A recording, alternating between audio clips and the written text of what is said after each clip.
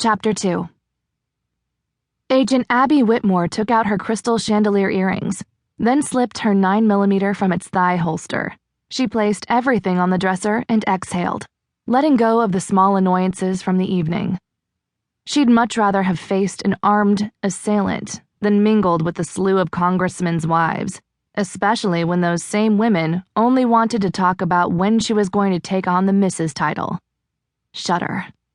They'd looked at her sympathetically and told her that at least she could quit the day job when she was married.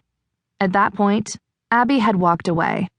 It was either that or punch one of them in the face. The sad thing is, that would be the most action she'd had in months. She'd better get off desk duty soon, or she might seriously lose her shit. A hand she knew all too well slipped around her middle and pulled her against the hard, lean body of her boyfriend.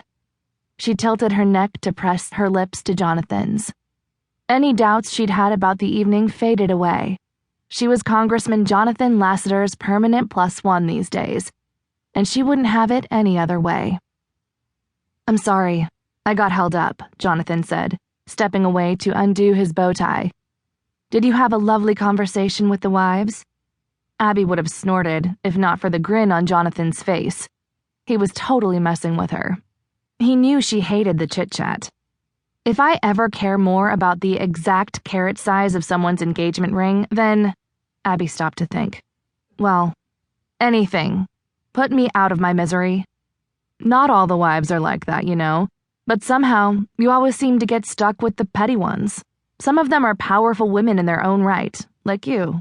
Getting married doesn't mean giving up a career. Shit. Abbie turned back toward the dresser and fumbled with the clasp on her bracelet. She'd brought the marriage discussion on herself by mentioning engagement rings. She knew better than that. That damn desk duty was turning her brain to mush. She cleared her throat. "Where did you disappear to anyway?" "Howard cornered me.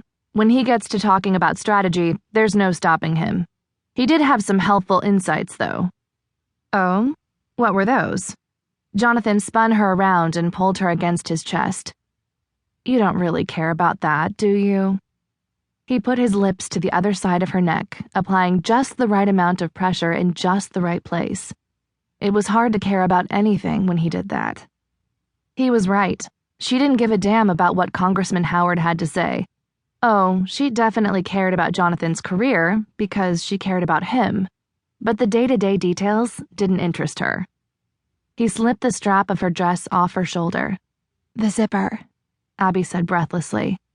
She'd paid a small fortune for this dress, and she couldn't afford to have it torn. Not like the last one. Of course, that had been worth it. Jonathan's fingers deftly located the zipper, and within seconds, the dress was pulled at her ankles on the floor. She stepped out of it and kicked it away. He ran his hands along the curves of her hips and over the black lace garter belt with a groan. "You're so sexy."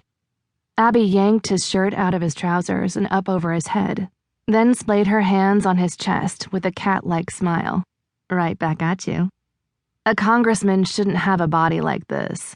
All hard lines and tight muscles. There was a reason Jonathan had multiple fan clubs on Facebook. He ran his thumb over her nipple, and she leaned into him, biting her lip. If those women realized that any of their fantasies about the congressman didn't compare to the real thing, he'd need more security. Her fingers found the buttons on his pants, and in seconds, they joined her dress on the floor. "Abbie, move in with me." The fire that was running through her veins turned to ice. "What?" His eyes met hers, and he cupped her face in his hands. "Move in with me."